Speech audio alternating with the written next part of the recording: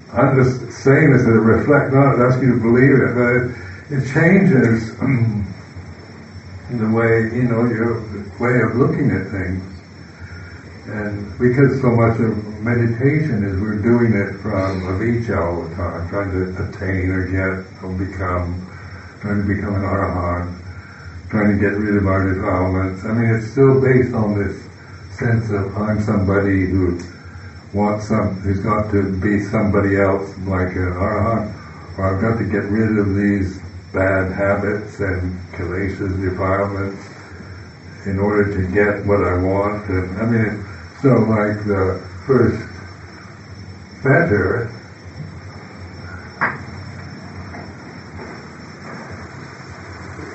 is Sakya Ditti. And that really, which is the ego.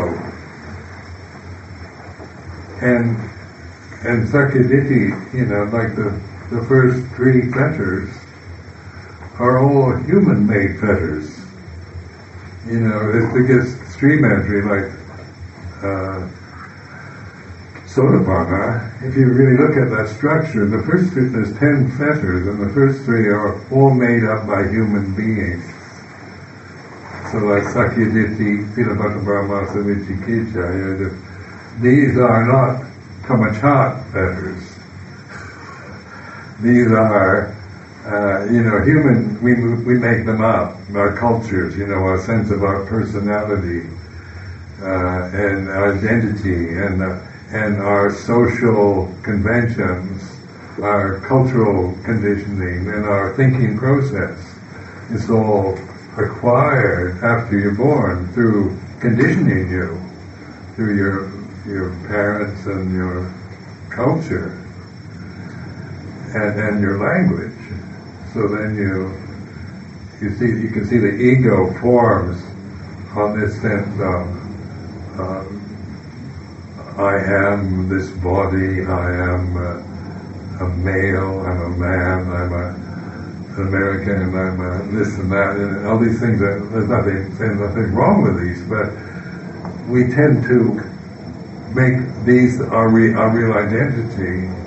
We want to know who we are, where we belong, what nationality, whether we're good or bad, or people like us or don't, or it's all about me as a separate entity in a universe that is vast. So ever gaze up at the night sky and been awed by the vastness of looking into the Milky Way or the stars, and you think, what is it all about? Here I'm just this very vulnerable creature, like a flea, and yet I can see the sun and moon, I can see the stars, but I don't know where they are. I mean, I don't know what that's all about.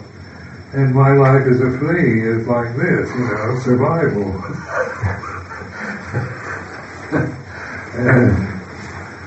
And I don't know where to get my next, meal. Find a nice dog to jump on. But that's pretty much what we're here. We're survivors. We're mammals that learn how to survive on that level. But then and so we're not that much different from animals. We're mammals with the same procreative needs, procreate the species. We get angry because that's a mechanism for survival. Anger. And fear, there's a lot to fear in this realm, because you're in a very vulnerable form.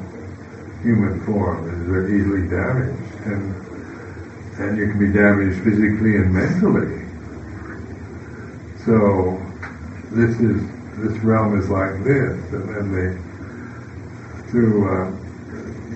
the Buddha is pointing us to look at this, understand this realm is like this. So, you're not saying anything wrong with it, but you're looking at it in terms of its characteristic of arising, ceasing, all of it. Like the five khandhas, all about rising and ceasing. And Sabbe Sankarani, all conditions are impermanent. There's no self. And so but then what can you know is not through grasping Buddha's teaching, but through practicing, putting it to a test, that all conditions are impermanent. And that means everything is impermanent, except this awareness, knowing, that puts us into the Nibbana, or the Amattadhamma, or the Amaravati, or the immortal reality. So we can tune into that through awareness. Otherwise, we're just very limited forever and bound into our conditioning and identity with our body and with survival, need to survive and procreate the species. I mean, that's what we're limited to. And the wonder of the teaching, of the Buddha's teaching, is it points a way to not get rid of it, but to transcend it, to see it in the perspective. And that's what happens if you practice with it. You actually see conditions. You don't have to. It's not about conditioned phenomena and its quality of being good or bad. It's about conditioned phenomena is impermanent. And you see what he's saying is, only to know this, just Sabbe Sankarani cha. Not through, because the Buddha said it, like grasping some teaching, but it's something you can prove through awareness and through investigation. So, you've got the Itipadas, the four Itipadas, and the Latin, like Citta Vimamsa, the last two are about investigating, getting to the source.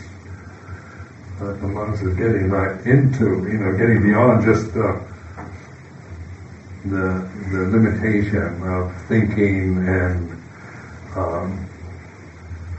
and letting go of what you're attached to, recognizing the suffering that you create through attachment to conditions. And this you can, but you have to prove it in your mind. You can't. What I'm saying now just can be even misleading because one can understand the words, but I mean it more as an encouragement to be brave, investigate things. Don't just go along, with the idea of if I practice hard now, I'll be rewarded in the future. I mean, not that that's wrong, but that attachment to these views, we create those views, and then a lot of us we practice from those viewpoints. And in UK, where I lived so long, you meet people who have been practicing Buddhist meditation for 20, 30 years. And, they were, intelligent people and determined, had many fine qualities, but they hadn't seen the first factor yet. They're operating the idea if you sit so many hours and do this technique, you'll become enlightened.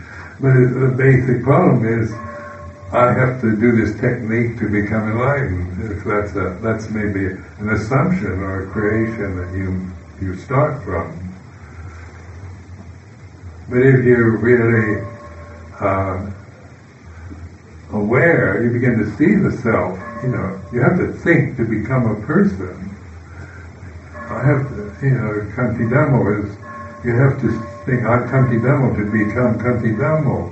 Where, we assume you're always Kanti Dhammo, and it's a convenience of communication on the worldly plane, but actually, you're not all the time. That's when the conditions for that arise, and you become Kanti Dhammo. And like at Amaravati, I used to question and say, when I'm asleep in my kuti, There's no Ajahn Sumedho anymore. And then when I wake up and somebody says, Ajahn Sumedho, then I become Ajahn Sumedho. So you're kind of seeing what you're doing, you become things through the conventional realm. You become a senior, a junior monk, you become an Ajahn, you become a Jalkun, you become a Upachara, you become somebody good or somebody not very good, and so we're always creating these things and seeing these things as the real world rather than seen in terms of Dhamma. Whatever you think or feel, whatever the conditions are, they are conditions. Sape sankarani cha. And the knowing of conditions, like when you stop trying to make conditions into something more than what it is, and you're just aware of feeling this is like this, you're letting it go, you're letting the condition go, you're letting it be what it is. And then you can actually objectively observe Sape Sankarani Cha as it really happens. It's no longer theoretical or doctrinal. And then when you let go of conditions, then you experience nirodha, or cessation. And that doesn't mean you go unconscious. So consciousness is still there in cessation, but it's sensory. You're not attached to consciousness through sense experience anymore. You recognize pure consciousness, which is what we all have all the time. You never lose it. Even if you become a mafia serial killer, the consciousness is the same. It's not like they have a bad consciousness. They have maybe bad conditions to deal with. So then you feel connected to everything. It's like a unicity, a oneness, a wholeness that and changes our relationship to the world around us. Where when we feel this separateness, then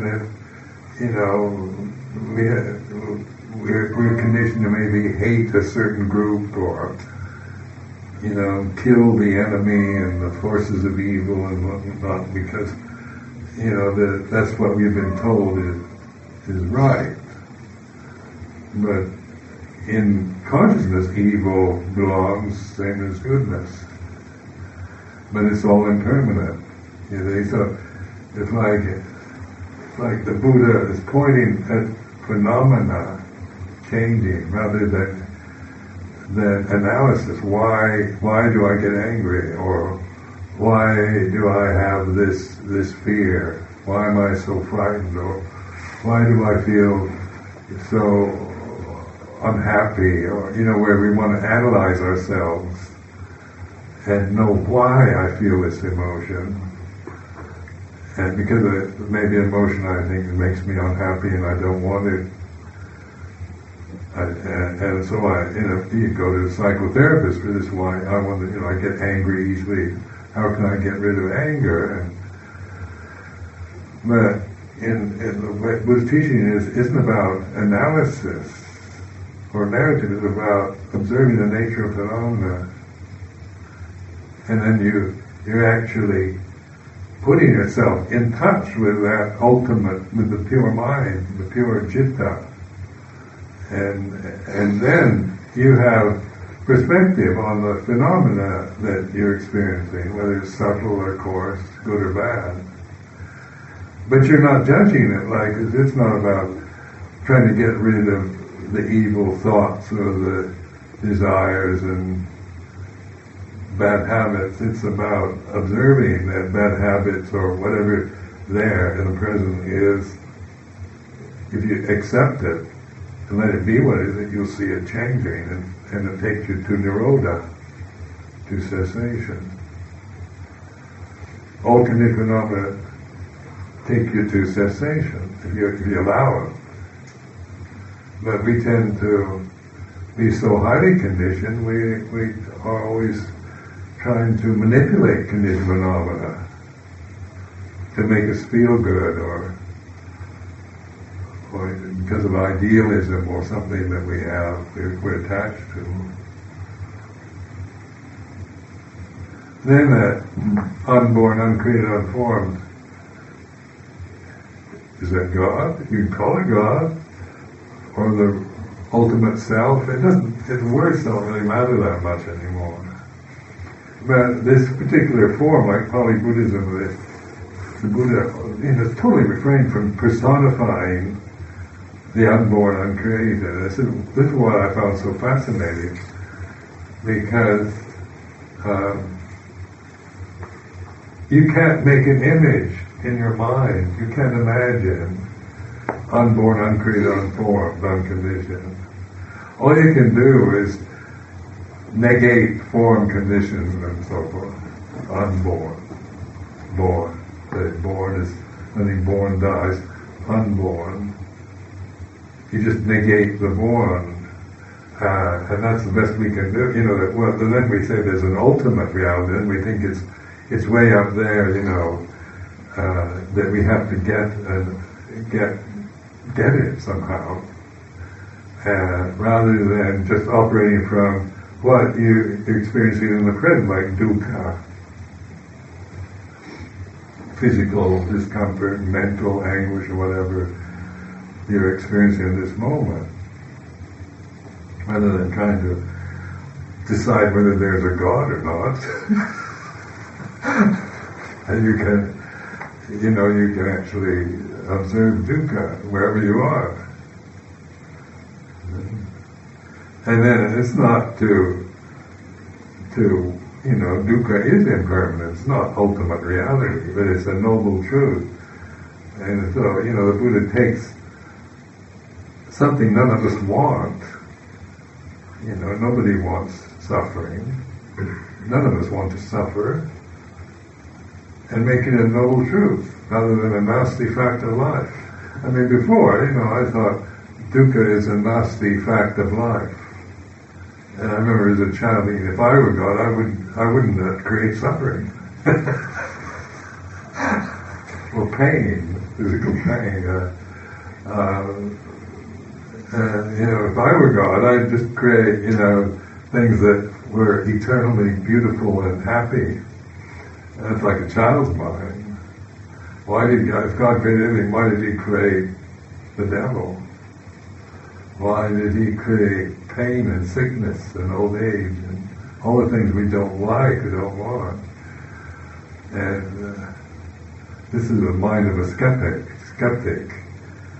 But why? Is another word. But in this type of Buddha teaching, it's about the way things are, not about how it should be, about how we can imagine a utopian. You can create a utopia, a kind of realm of all this beautiful and fair and just and good, and everybody's young and everybody loves each other. We can create images like this with our mind, which can be very inspiring. But that's not the way it is. The way it is this inexorable changingness.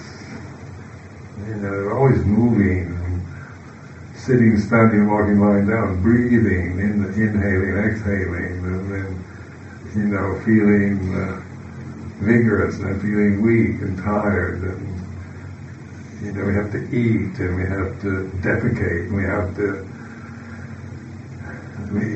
get old and die. We have to experience loss of parents, seeing parents get old and feeble and dying, and people we love, when you're at my age, you've seen so many loved ones die. It's no longer when I was a child, I didn't, my grandmother died when I was about 24. But until then, the first experience was with grief. As a child, was with a cat I was very attached to, died. You know, what I loved died, and I felt this incredible grief. And then, why did my cat have to die, and that kind of thing? Where do cats go when they die? If they're good cats. So this is the problem of thinking, and which is, what happens when you die, and do you go to heaven or hell or be reborn as something? None of us know. Now, physically, we're still, we'll know when the body's die. But if you investigate this to see all conditioned phenomena from awareness, not with judgment or preference, then that doesn't die. That kind of conscious, expansive consciousness is not about birth and death anymore. So then the fear of dying goes away. Because, we all, if you're attached to your body, then you're afraid of death. Because your body's going to die, no matter what no matter how hard you try to preserve it.